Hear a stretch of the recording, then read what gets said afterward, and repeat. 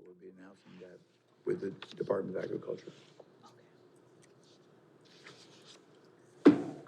We'll now call this regular council, meeting of the Jacksonville City Council to order. I want to welcome all of you that are watching this meeting on G10 television. We first begin the meeting tonight with the Pledge of Allegiance led by Council Member Jerry Bittner, followed by the invocation by our City Attorney John Carter. Allegiance to the flag of the United States of America and to the republic for which it stands, one nation, under God, indivisible, with liberty and justice for all. Our Heavenly Father, we pause again to give you thanks. To give you thanks for a beautiful day. To give you thanks for our city and all the blessings you bestow upon us. As we are in the midst of the coronavirus, we pray for our leaders. We pray for those who will be advising them, that wisdom will be given to them. We pray for those medical personnel and those researchers who are working even at this hour to administer those who are sick and to try to find cures and vaccines. And we pray for all those who are distressed during this virus, for those who are sick, for those who mourn the loss of loved ones, for those who are unemployed. And we pray that in all of this, in this time of uncertainty, you will give us all a sense of calmness and with certainty in your word and in knowing that you are in control. We pray for our military members who are serving us here and around the world and for their anxious families. And as always, we pray for our mayor and for our council, that your guidance and direction would be with them. All this we ask in your holy name. Amen. Amen. I want to let everyone know that this council meeting tonight, we're holding it in the City Council chambers. We have 10 people present in the room at this time, and as you can observe on your television, we are maintaining our social distance of 6 feet, at least 6 feet apart. These are unusual times, but we still have the business that our citizens expect us to carry on, so we're carrying on with those modifications. You have a copy of the agenda for tonight's meeting, and at this time, I'd entertain a motion to adopt the agenda. Move approval as printed. Second. Also, before you go into adoption, right. I think I need to add, Yes, sir. I need to add a number 18, I'm sorry, to the non-consent items there, and that will be the resolution that was handed out to you. Now, I'll accept the motion to adopt. Move approval with the adoption of the consent item number 18. It's not consent, it's Not consent. non-consent. Second. Any discussion? All in favor signify by saying aye. Aye. All opposed. Next, we have a section of public comment, but no one came to the meeting tonight and were signed up for public comment. So we're going to move on to adoption of the minutes and the consent items. The minutes are from the April 7th, 2020 regular workshop meeting. Entertain a motion to adopt the minutes and the consent items. Move approval. Second. Any discussion? Hearing none, all in favor signify by saying aye. Aye. All opposed? Motion carries.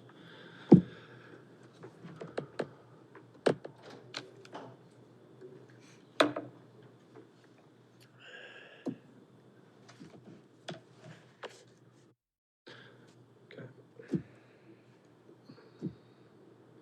That'll bring us to item number 9 for tonight's meeting, and this is a public hearing on the budget. And this time I'll ask Dr. Woodruff if he would make a presentation leading into this public hearing. Thank you, Mayor, members of council. Gail Mades is replacing John Carter as we're staying with the rule of 10. And this evening, you will see a number of staff people come and go, trying to keep no more than 10 people in the room at any time. First of all, for the public, I would like to disclose that, yes, I have a fresh haircut. I would also like to tell you my wife cuts my hair. I understand that the governor has said beauty parlors and barbershops are to be closed. So as you view this tonight and you look at my hair, yes, it's gray, yes, it's freshly cut, but I did not violate the governor's order. So now that we have that important business out of the way, let's talk about the budget. The proposed FY '21 budget calls for the tax rate to stay at 64.2 cents. The revenues of the city are shown here with ad valorem tax with a modest increase, sales tax with a fairly substantial increase, unrestricted intergovernmental, restricted intergovernmental, and charges for services also shown. In workshops, we have talked with the City Council about the uncertainty of the sales tax. And in those workshops, we've talked with the council about the fact that even though we're recommending you adopt the budget this evening, because of the uncertainty of the C-19, that no one can actually project where your sales tax or your property tax will be. Therefore, so the public will know, we have laid out a plan and submitted that to the mayor and council that would show specific actions that the city management will take to ensure the fiscal responsibility of the proposed budget. As you know from discussions that Gail Mades has made with you at the last workshop, we receive our sales tax on a very staggered basis. So the impact of loss of business in March will not be felt for many months.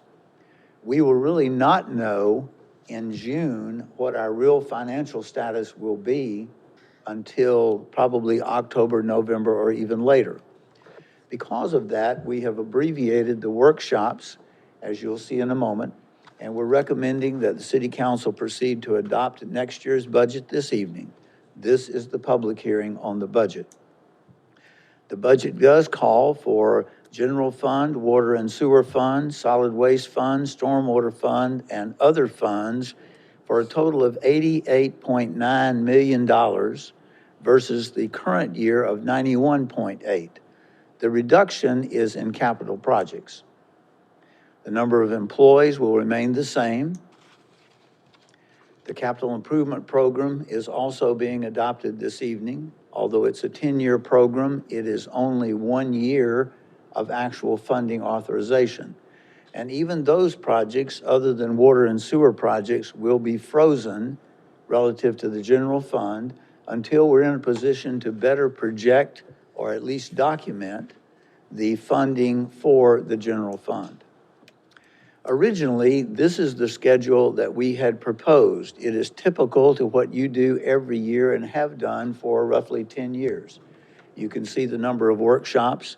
This evening, we're at the proposed public hearing. But again, due to the C-19 virus, you have agreed that we should, if I may use the word, skinny this process down and get on to the business of what the taxpayer is most interested in. And that is keeping the tax rate exactly where it is for next year and continuing quality services. The health plan is something that we have discussed with you. One of our challenges in this budget is the need to come up with significant additional revenue on the health plan. Unfortunately, what that means is a 25% premium increase that will apply to all city employees and any retirees who are in the health plan. You have seen this information that shows the actual increase in premiums depending on which plan and who in your family is covered. You've also seen the other two plans. You can also see that the general fund, water and sewer fund, stormwater fund, and others create the city's contribution. And again, with your motion this evening, if you adopt it later in the meeting, it will implement the 25% rate increase. Again, the proposed tax rate is to stay the same at 64.2 cents. Ms. Mades and I are here to answer questions. If you will ask those, we'll be happy to answer, and then we can open to the public hearing. Council, any questions of Dr. Woodruff at this time or Ms. Mades? Okay, thank you, Dr. Woodruff.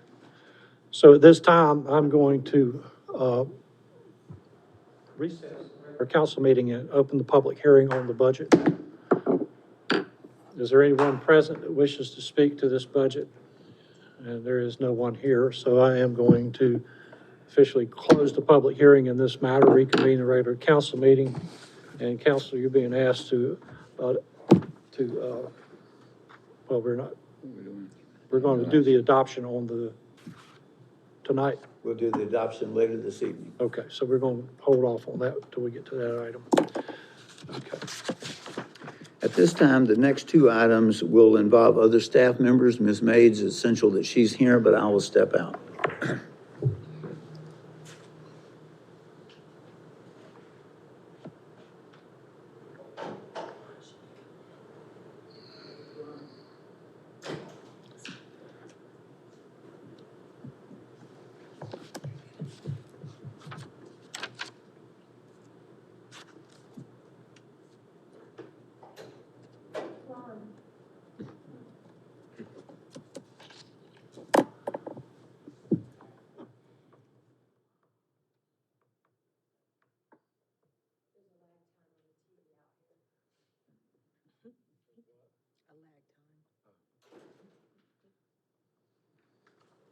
Mayor and Council, on behalf of James Mays, East Point Homes Incorporated, Parker and Associates, have submitted a voluntary annexation petition for a 10.5 acre tract that is not contiguous to the current city corporate limits.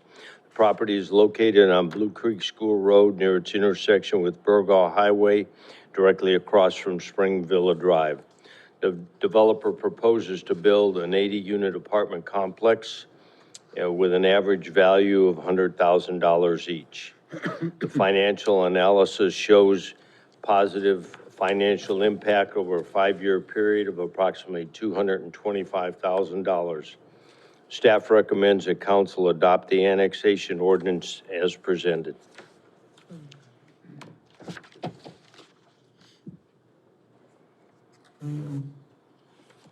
Council, any questions of Mr. Massey?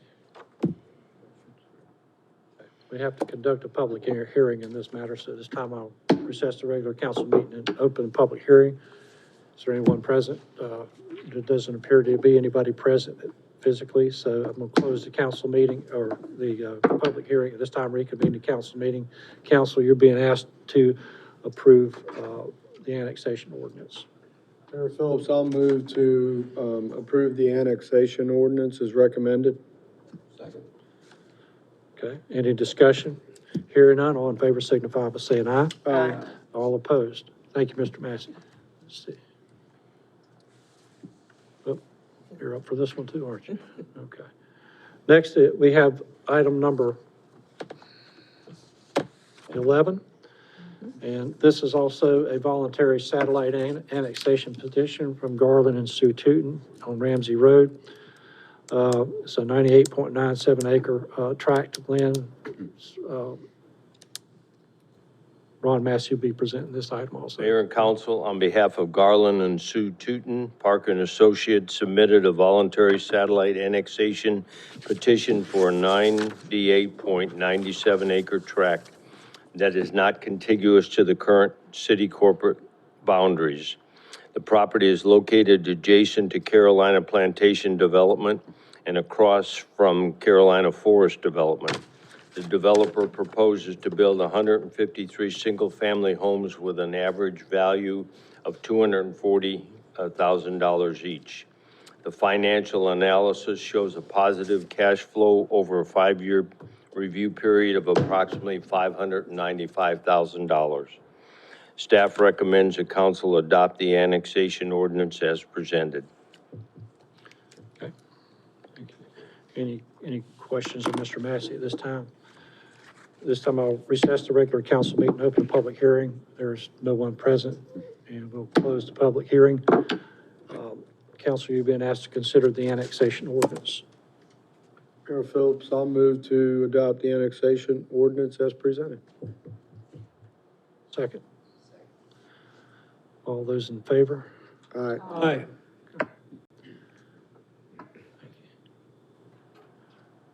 Okay. Item number 12, and this is a public hearing for repeal and replacement of flood damage prevention ordinance, and Ryan King will be presenting this item. Good evening, Mayor, Council. Unlike Dr. Woodruff, my wife does not cut my hair, so I'm waiting until the barber shops open up. So if my hair looks a little different tonight, that's why. We'll be able to look back at this video one day in the future and have some memories, so. Hair color. It's gonna be very revealing here in a few more days, won't it? So, agenda item number 12 is, to repeal and replace the City of Jacksonville's flood damage prevention ordinance. As I talked with council 2 weeks ago at your April 7th workshop, FEMA has identified that we need to adopt panel 4398. That is the one panel that you would be adopting tonight. The others are still under the appeal process that we have been going through for the last year or so. In conjunction with that, staff has pulled the state's model flood ordinance. We made the changes to the substantial damage definition that we talked with City Council on April 7th, and we are bringing forward that ordinance. So this would be to eliminate the current ordinance and replace it with the new one. And by virtue of adopting this new ordinance, we will also adopt Flood Panel 4398, and that will be effective starting tomorrow. Even though other people have until June 19th to adopt, we're 2 months ahead of the game. So I'll be happy to answer any questions that the mayor and council has at this time, but we are recommending approval of these changes. Council, any questions of Ryan? Okay. All right, I will recess the regular council meeting, open up the public hearing on this matter. Anyone? Nobody's here. Close the public hearing. Council, you're being asked to consider the proposed request. Mr. Mayor, I move that we repeal the 2005 flood damage prevention ordinance and adopt the new flood damage prevention ordinance found in attachment B of our agenda items. Second. I have a motion and a second. Is there any further discussion? Hearing none, all in favor signify by saying aye. Aye. All opposed, motion carries. Council. Thank you, Ryan. Agenda item number 13 is a public hearing on a map amendment for rezoning of residential single-family RSF 7 to corridor commercial. It's on 1528 Gum Branch Road. And Jeremy Smith is going to present this item here. Thank you, Mr. Mayor, members of council. Northwest Methodist Church has submitted a request to rezone 8.48 acres located right at the corner of Gum Branch and Henderson Drive. I'm sure most of you are familiar with their location. Currently, the property is zoned RSF 7. This is the aerial photography. It's a diagonal across the intersection from Jacksonville High School. As you'll notice on this map, the properties directly adjacent to this, the Carolina Internal Medicine, Walgreens across Henderson, New Market Square Shopping Center, and Handy Mart across Gum Branch, and Abundant Life Church to the east are all zoned corridor commercial. Not long ago, church representatives contacted staff about putting a new sign on the property. And it being zoned residential limits them to a very small sign. And staff reviewed the property, looked at the CAMA future land use map before you, and noticed that the current zoning of RSF 7 is very inconsistent with what the land use map has.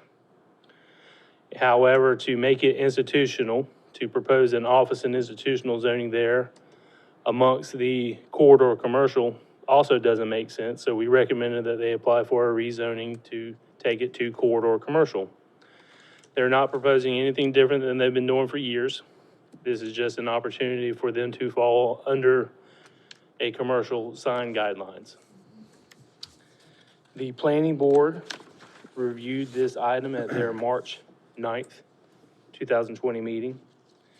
They, along with staff, are recommending approval of the request. In findings of fact, A through G have been found affirmative, and that the rezoning advances the public interest by creating more development opportunities, correcting a nonconformity because churches are a special use in the RSF 7 district. If this is changed to corridor commercial, they will be a conforming use, and that it brings it more closely to the CAMA future land use map. And I'll be happy to answer any questions that you have.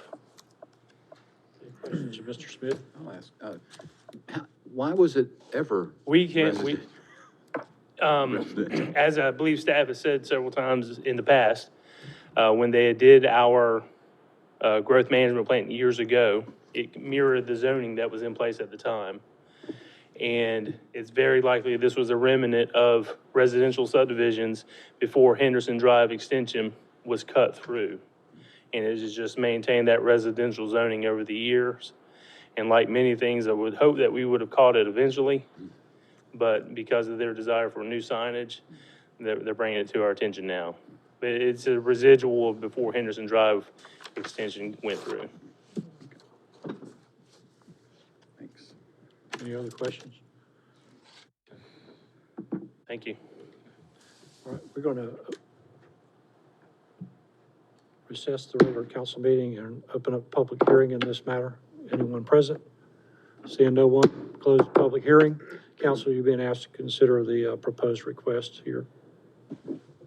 Mayor Phillips, I'll make the motion to approve the rezoning request, accepting the evaluation found within the staff report based on the finding of facts A through J being found in the affirmative, that the zoning advances the public interest by creating more development opportunities, correcting a non-conforming situation, and more closely aligning the zoning with the CAMA future land use map.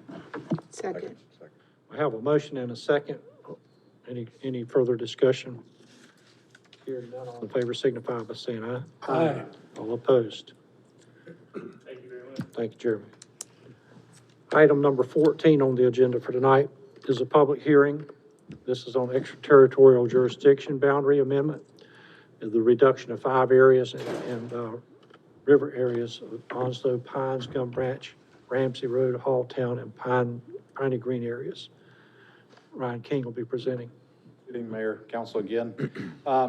As you just stated, we have been discussing this since September. We've had multiple workshops with City Council. This ETJ Boundary Amendment, which is a reduction of 5 different areas, went before the Planning Board in January. They recommended approval of the reduction. So as you'll see, there's 5 areas plus 2 river areas. The river areas is like street right away. We just want to clean that up in case there's a flood permit that's required. But you'll notice that there's 5 areas throughout the city that we're looking to reduce and turn that over to the Onslow County. The first area being the Gum Branch area. So this is Summersill School Road and Gum Branch Road, right here at this point. Yep. And so the 2 areas with the black highlighted lines would be removed from the ETJ. This is at White Oak High School, so you can see the Food Lion Shopping Center. It's a Highland Crossing Shopping Center right there in the blue. That's a satellite annexed area. So all that area behind that satellite annexed area, including White Oak High School, this area would be removed from our ETJ. This is 17 South. So the Harley-Davidson dealership is right there. So we're just going to retreat back to this point here. The entrance to the air station's over. Let's see, where is it? The shopping center. Right here, I think it is. So yeah, there's Plum Point Shopping Center, sorry. The next area is Piney Green Road. So 24 is down here at this bottom portion. And so just north of that on the southern end of Piney Green Road. And then one other area is a residential area off of Ramsey Road, closest to the annexation area right here that council approved tonight. That's that 96, 98 acre tract that we just annexed into the city. This area would be removed as well. So with this request, if council approves this ETJ reduction, which is what staff is recommending along with the planning board, it would be effective today. The city zoning would remain in place for up to 60 days to give the county time to hold their planning board meeting and their county commissioner meeting to establish zoning. So they are in the process. We have worked very closely with planning staff at Onslow County, and they are prepared to receive these areas and zone them as they would see fit in the next 60 days. So staff is recommending approval of this ETJ reduction, and I'll be happy to answer any questions that city council may have at this time. Council, any questions of Mr. King? Thank you, Ryan. this time I'll recess the regular council meeting and open the public hearing in this matter. Does anyone present wish to speak? Still no one here. I'm going to close the public hearing and reconvene the council meeting, and you are being requested, council, to consider the proposed request for de-annexation. Or, I mean, taken out of ETJ, excuse me. Mayor Phillips, I'll move that we approve the ETJ Boundary Amendment and associated amendment to the official zoning map. Second. Any discussion? Just want to thank the staff for all the hard work and all the workshops and all the questions, so thank you for that. Good work. It was a lot of hard work, that's for sure. All those in favor signify by saying aye. Aye. All opposed? Okay. Thank you. That brings us to number 15 under non-consent items. First is we have a designation of a voting delegate for the 2020 NCLM North Carolina League of Municipalities virtual annual conference. And we want to appoint we have to have a voting delegate to submit the city's vote for the NCLM board of directors. Okay, council.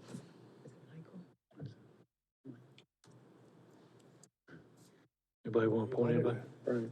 I'll nominate Councilmember Brian Jackson to be the voting delegate.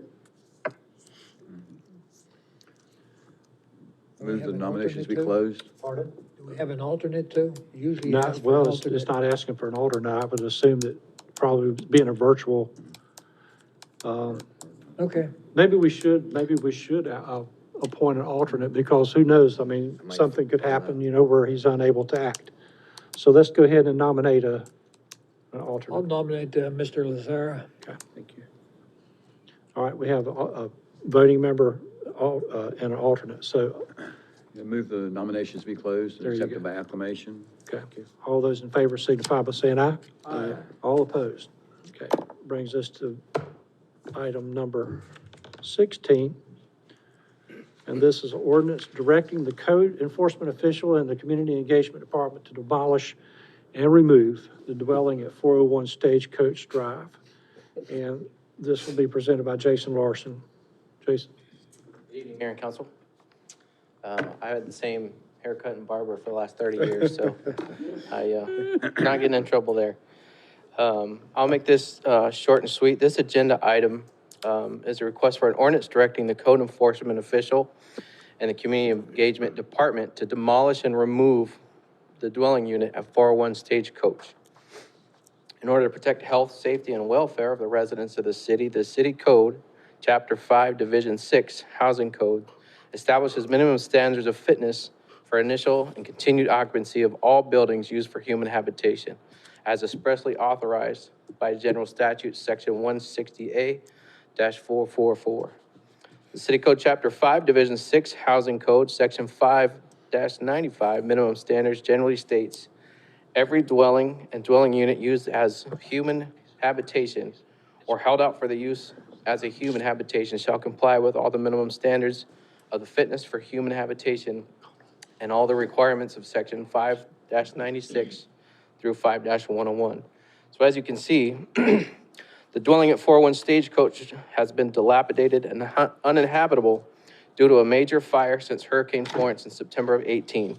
It is unfit for human habitation and remains a violation of the code.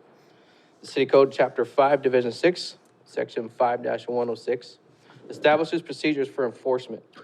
Inspections have been completed, notifications to property owners and all other interested parties on record have been sent, hearings have been conducted, finding of facts and orders have been delivered.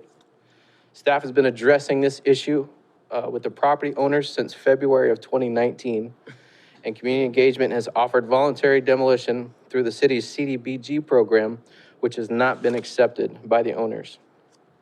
Ultimately, the finding of facts and orders issued by the code enforcement officials to the current property owners and other invested parties on March 18th of this year cited the condition of the structure and directed that the structure be demolished and removed within 30 days. As of date of this meeting, the owners of record have failed to comply with those finding of facts and orders. The code states that after failure of an owner of dilapidated dwelling unit to comply with an order of the inspector within the specified time therein, if injunctive relief has not sought or has been granted as provided, the inspector shall submit to council an ordinance ordering the inspector to cause such a dwelling or dwelling unit to be demolished as provided in the original order of the inspector.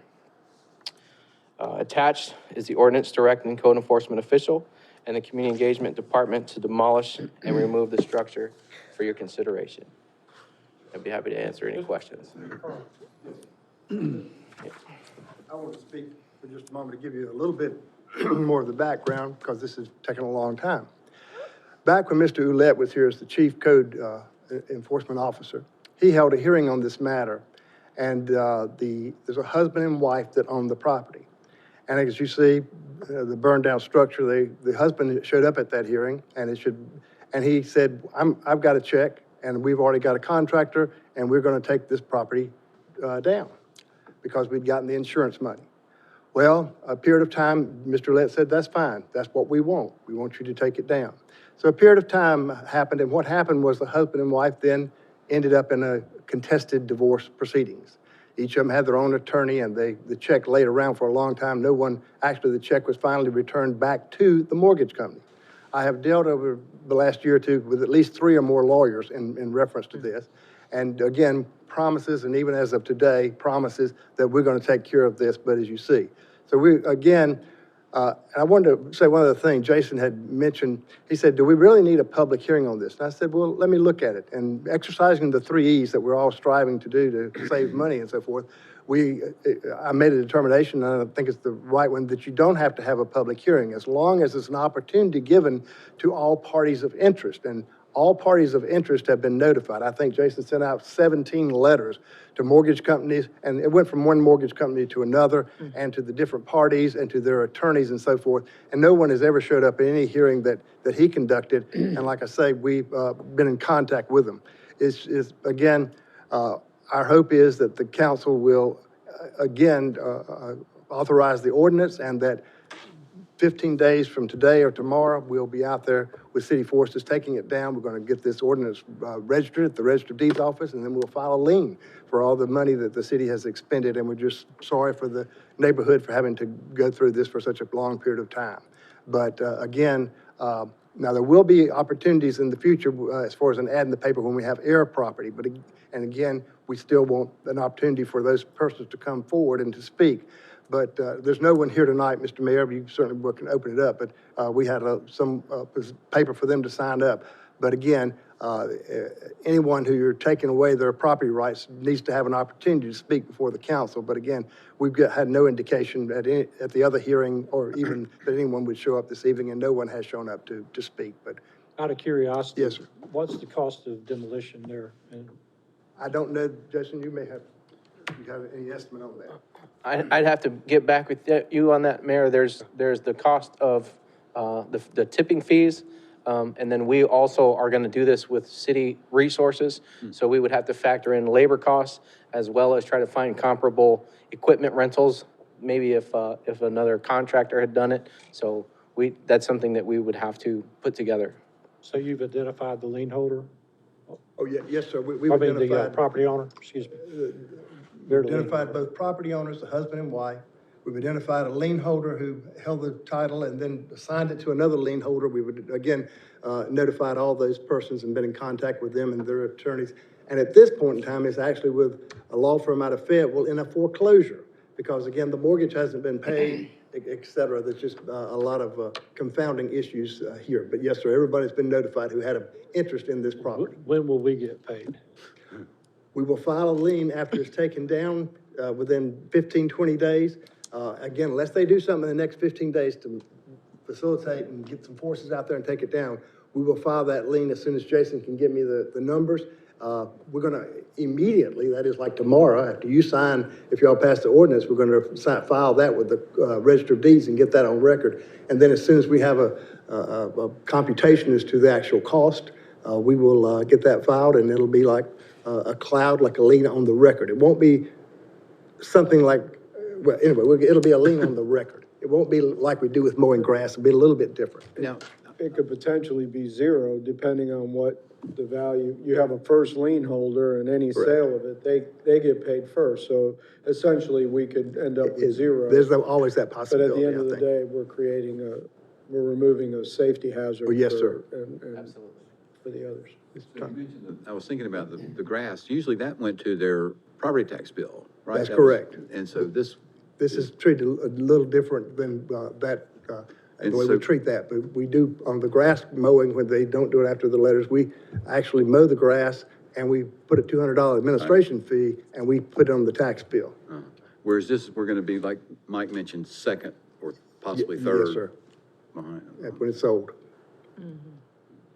The bad thing is that the value, you know, if it's probably $25,000 to tear that thing down. Well, what's the property worth? The land? That's what I'm saying, we'll never get it done. Probably 25, probably $25,000, $30,000 for a lot, maybe, you know. But it's the right thing to do, Yeah. obviously. This would be, like you said, we could use CDBG money towards this, right? And it would have fallen under your, and have, again, the Clean and Green program is taking down dilapidated homes. We've offered that to them at no cost, so it's just a matter of, just sorry, the main concern I have is we didn't get it to you earlier, but again, there was representations made over and over, but again, 15 days is all they get, and they were only getting that because it's required by statute. Surprised some child hadn't gotten hurt in there messing around. Very dangerous. Any other questions of, Jason? Okay. Counselor, you've been asked to, consider the ordinance here, to direct them to tear down this, structure. Remove it. Second. Any other discussion? Hearing none, all in favor signify by saying aye. Aye. All opposed. Motion carries. Thank you, Jason. This takes us to item number 17, this fiscal year 2021 budget adoption. And Dr. Woodruff, let's back up.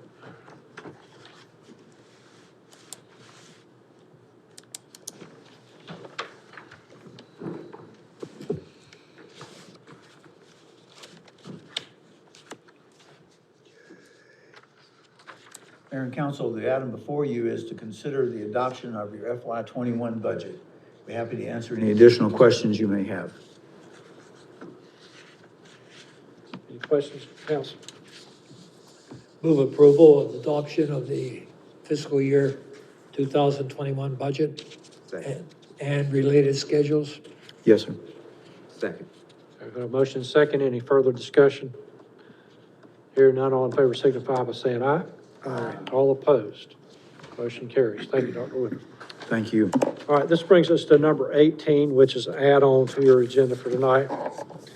And before the meeting, I'll pass out a copy of a resolution, and let me build up to this. I know that all of you probably saw the letter that was sent to Governor Cooper on from me, as the mayor of the city of Jacksonville.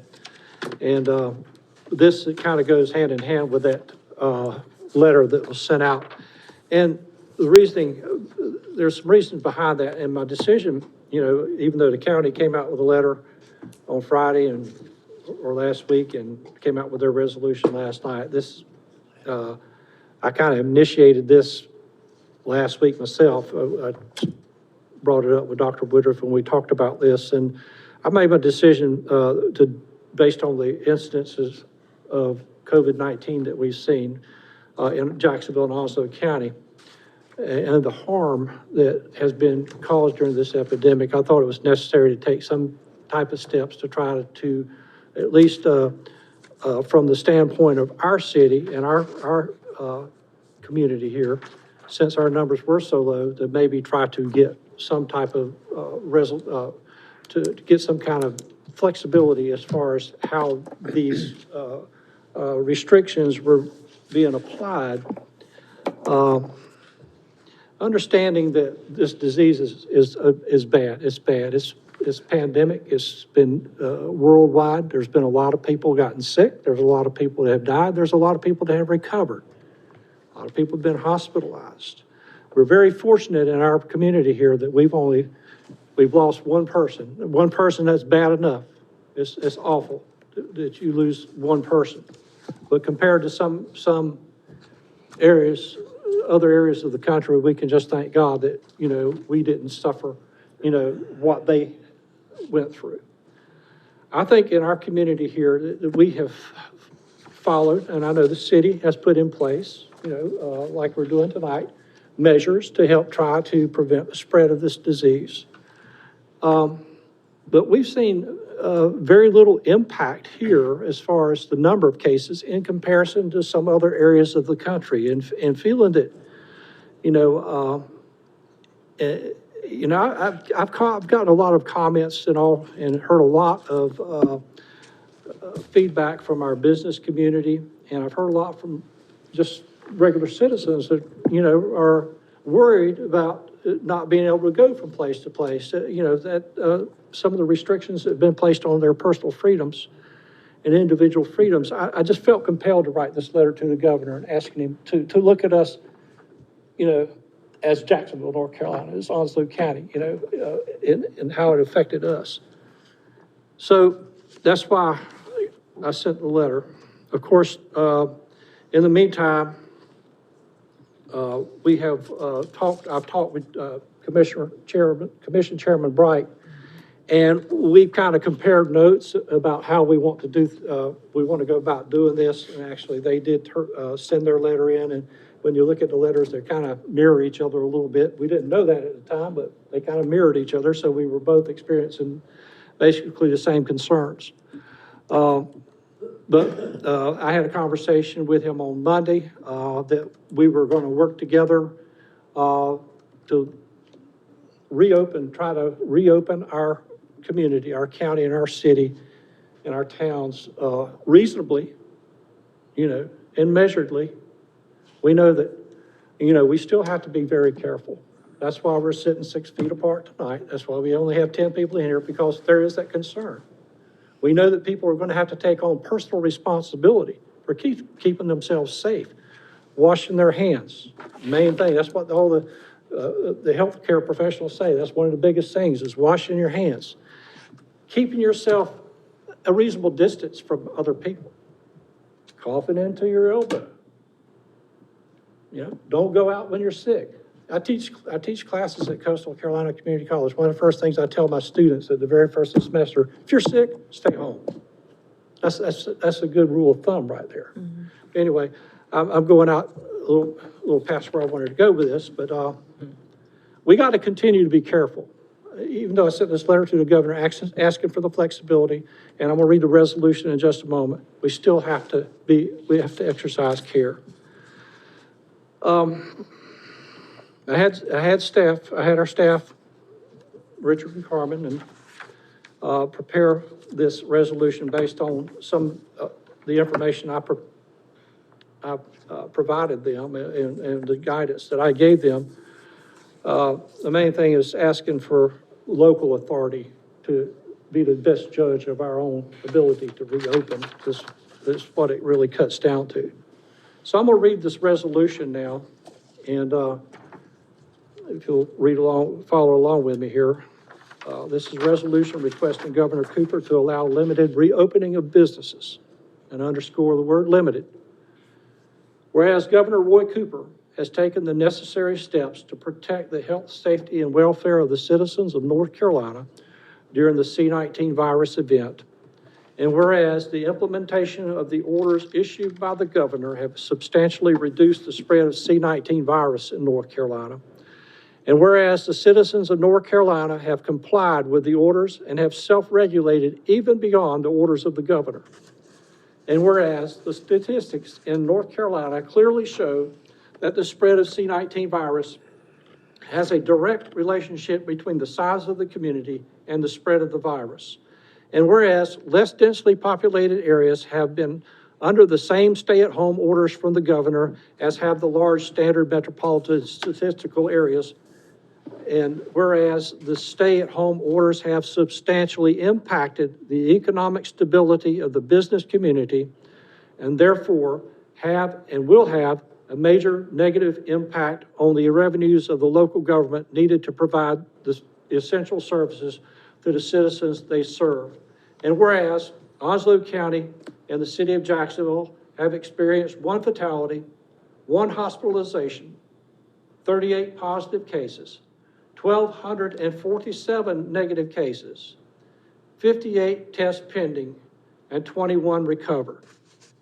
And whereas the role of government is not only to protect the health and safety of its citizens, but also the welfare of its citizens, which includes the economic viability of the businesses and the citizens that local governments serve. And whereas the financial impact C-19 is having on businesses is dramatic and will result in many going out of business and their workforce becoming unemployed. And whereas it is time for local governments to be allowed to issue reasonable rules that can allow, in a planned and regulated fashion, the reopening of businesses in the communities that have and continue to experience a low impact from C-19 virus.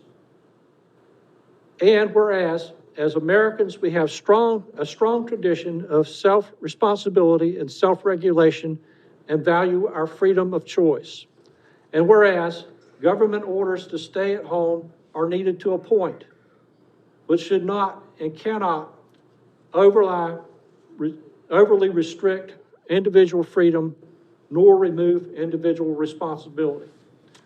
Now, therefore, as mayor of the city of Jacksonville and with the approval of the Jacksonville City Council, be it resolved that 1, Governor Roy Cooper is to be commended for his leadership during the C-19 virus crisis. Number 2, Governor Cooper is asked to allow local governments to create and implement their own regulations that would allow businesses to reopen in a controlled and managed fashion.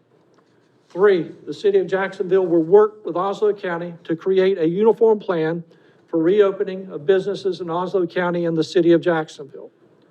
4, the local reopening plan will be designed to not only reopen businesses, but to continue to protect the citizens.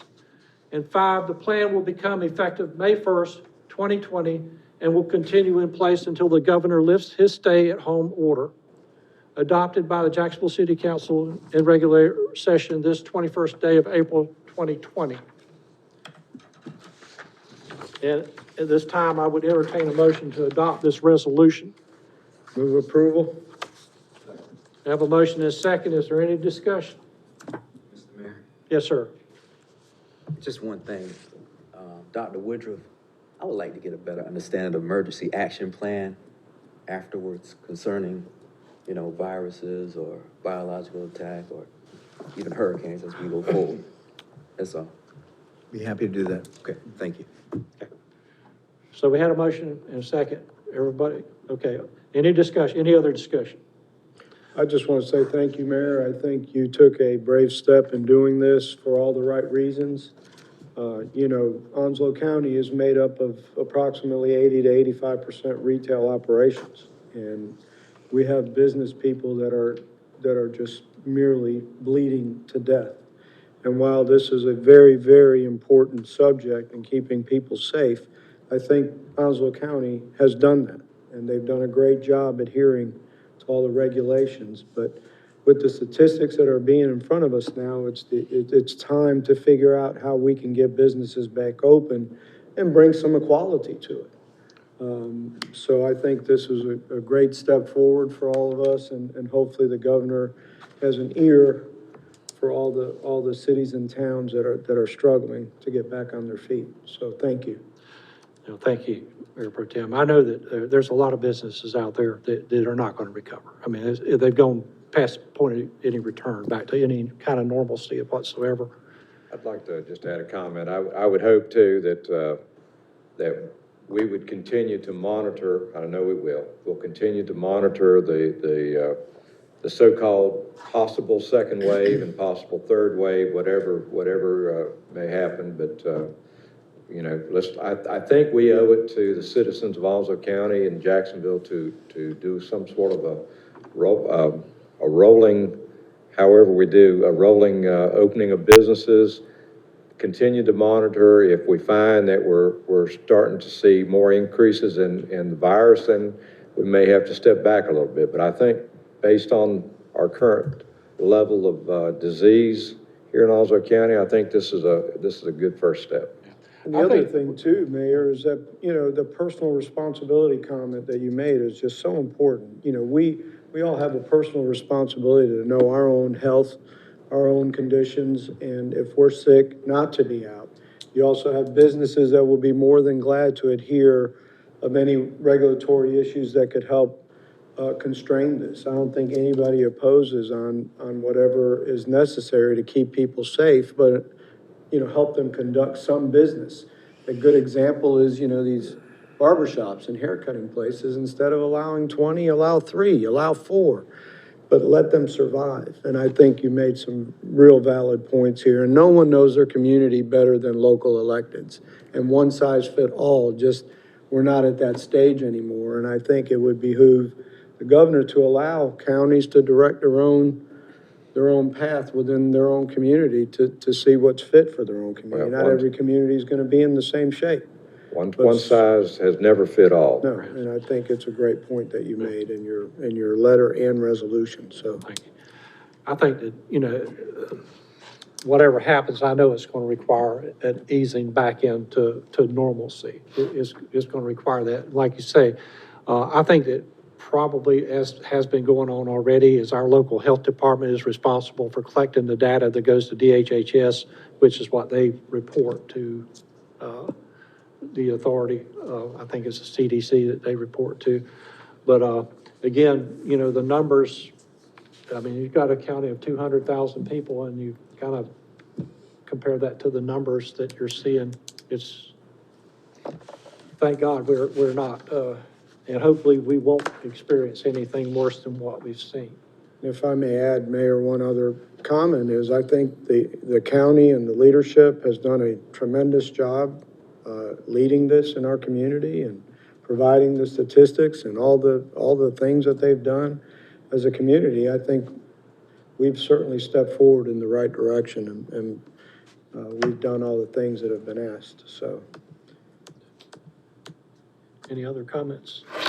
We did take a vote, didn't we? Okay, we have. You have a motion in a second. Any other discussion? Okay, hearing none, all in favor signify by saying aye. Aye. Aye. All opposed? Okay, so that brings us to, let's see here what I've got. Well, we don't have public comment, but I will start with Mr. Bittner down there as far as council reports for tonight. No report. Mayor Pro Tem Lazar? No report, Mayor. No report? No report. Mr. Jackson? I would just like to say to Mr. Life Dean, he was one of our cases in the county. He actually had to end up in the hospital fighting for his life for a week. And he explained it to me as the monster. He said he was battling physically, mentally, and spiritually to survive. And he just said, just take this thing seriously. Our citizens that are at risk, if we can keep on trying to assist them and make sure they're careful when they go out and just take this thing seriously in terms of as we go forward. And I do understand going forward in terms of trying to have some normalcy in the area, but I just say we just need to continue to take care as we go forward and roll back into real regular life. That's all, Mr. Mayor. Thank you, Mr. Jackson. Dr. Woodruff? Mayor, members of council, thank you very much for the cooperation and leadership you always give. The budget is always one of the most, if not the most important, certainly one of the most important things that you do every year. When you look at the resolution, I want to make sure that the public understands the role and the authority that the mayor and council have, the county commission has versus the governor. Certainly, we serve, as John has told me many times as the city attorney, all powers that city government has comes directly from the state.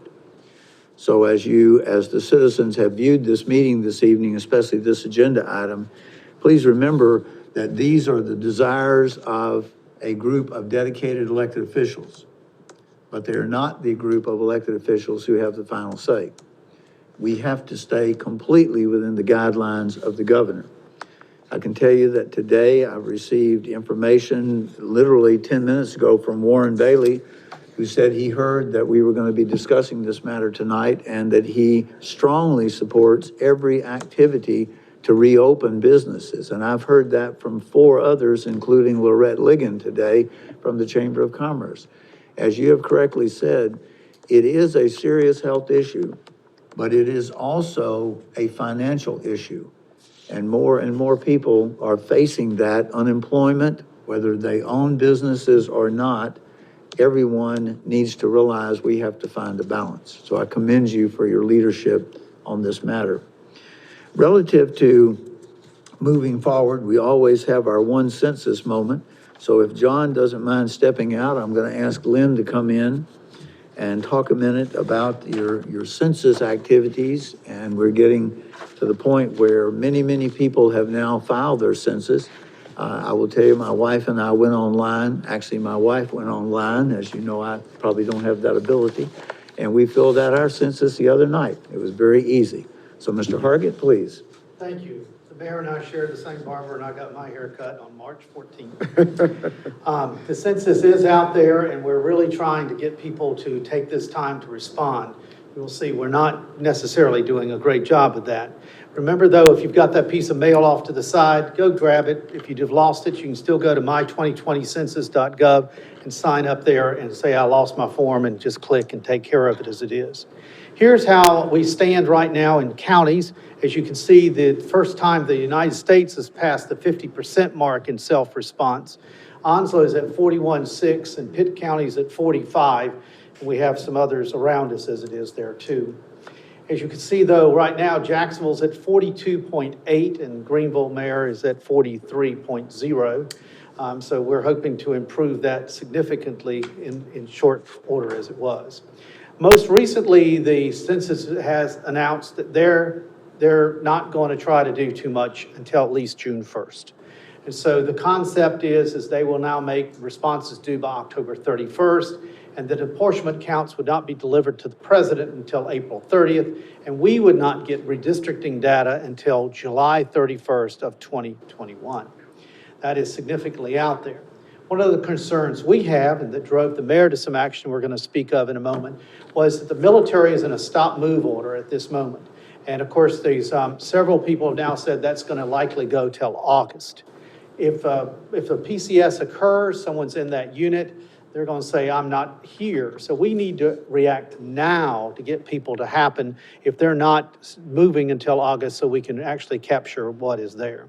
We have resumed our Billboard campaign, and you can see these billboards around. Most notably, one of them is of the Ebbets family, and they've been great about helping to get the word out in both video, and their family portrait is up on a billboard now, the Ebbets is. And the mayor last Thursday morning led an effort with General Bordeaux and General Alford, and they videoed a statement encouraging the active duty people who live in single family housing off base and on base to complete their census. That spot will start airing in DOD efforts. We think that'll be about Thursday or so. General Bordeaux is reviewing it at this very moment. The only reason I'm not in the Marine Corps is because I can't do parade dress. My shoulders won't let me put my I'm hands sure on that my there's hips. some in this room that could help you with that. But we do want you to continue to ask people that you know, did you get the form? Would you please respond? That's going to be the best way because you are people of authority. You are those that can do that. Those of you at home, please do that also. Thank you. Thank you, Glenn. For your efforts. Certainly commend Glenn for all he's doing relative to the census. We hope everybody out there realizes the importance of that count. Relative to Let me our, interrupt you just a minute. In regards to that, the generals, Lieutenant General Boudreaux from Second NEF, the Second NEF commander, and General Alford, who's the MCI East commander, they're very passionate about this, by the way, and they're really they're into it. So I feel confident they'll get the message to their Marines. There's no doubt about it. absolutely. Relative to our one city moment this evening, we have several items we'd like to cover. Last week during the tornado event, your city crews responded quickly to downed trees on Grum Branch Road. You can see our crews out there. This allowed Duke Power crews to quickly restore power in that area. Later, sanitation crews worked on the weekend to help remove significant debris from the storm. I will also say to you that we are substantially behind on horticultural vegetation removal. You would be surprised at how much damage has occurred. And of course, it occurred at the very worst time. Everybody was out there, preparing their gardens. Everybody was digging up the dead flowers and bushes. So in addition to the normal heavy load that we get in the spring, we had this amazing amount of debris. So if your horticultural material is not picked up tomorrow, just have patience with us. We're running behind, but hopefully by next Wednesday, we should be back on full schedule. Second thing we'd like to talk about is with the closing of city buildings, your city staff has kept busy. It turns out that Randy Thomas, who visits quite frequently the adult center up at the Commons, pointed out one day that the paint was beginning to look a little faded and that there were a lot of things that needed to be improved. So while the rest of us have been doing whatever we've been doing, the crew up at the adult center have completely painted the building. From pillar to post, bathrooms included, hallways have gotten new tile, new carpet, and new furniture, which was in this year's budget. So once we do open, Mr. Thomas will lead a ribbon cutting of all of his people who join him every morning at 6 a.m., is it, sir? 8:45. 8:45. Well, for the record, we'll say 6 a.m. In welcoming the new building. But we did want to commend the recreation staff for really quality work in a time when they otherwise would not have patrons to assist. Also, this was a great event. You're seeing it nationwide. But Jacksonville Public Safety and also the city media crew showed their support for our frontline medical workers. 2 shifts at the hospital were met with city personnel holding signs and cheering and clapping and thanking them for everything they have done in helping us fight the C-19 virus.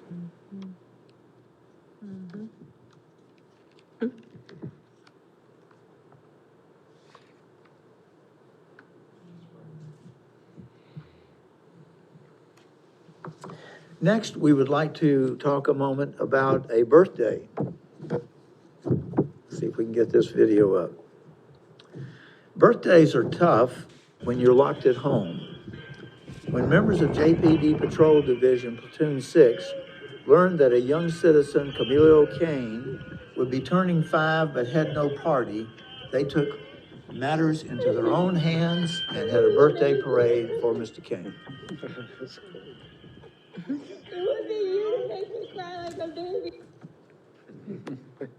There he is. A Buzz Lightyear, Mayor, that's Woody. Okay, happy birthday. Council members, while we're closed and experiencing the effect of this virus, your city is still functioning. Last week, or at the last meeting, you decided that you would authorize free ridership of your transit. And it's a great time. People are locked in their homes. They have no businesses necessary to go to. So we've actually encouraged people to go out and experience riding the transit free. Why not use this as a marketing opportunity? And guess what? A number of people have done exactly that. Look at the increase in ridership between the time period before you gave free rides and today. We're certainly not encouraging people to go out and joyride. But on the other hand, why not experience transit? It's a great service year-round that you and the federal government provide. This is your opportunity as citizens to go out and experience your city. Please don't bring your cell phones, and please social distance. Enjoy the experience of riding around a beautiful Jacksonville. Fire and Emergency Services is still posed to answer calls. The police department are patrolling. Telecommunicators are still answering the 911 calls. Your trash and recycling is still being picked up. Here at City Hall, while we do have the buildings themselves closed, we continue to provide excellent service in issuing everything from building permits to collecting your utility bills. In short, your city continues to fully operate, and we appreciate the cooperation of our citizens. As always, Mayor and Council, we thank you for your leadership. It's a wonderful place in which to live, work, and play. John and I and the citizens, John and I and the other staff members are certainly blessed to work with you. Thank you very much. John? The report. Entertain a motion to adjourn. All right. All opposed. Good job.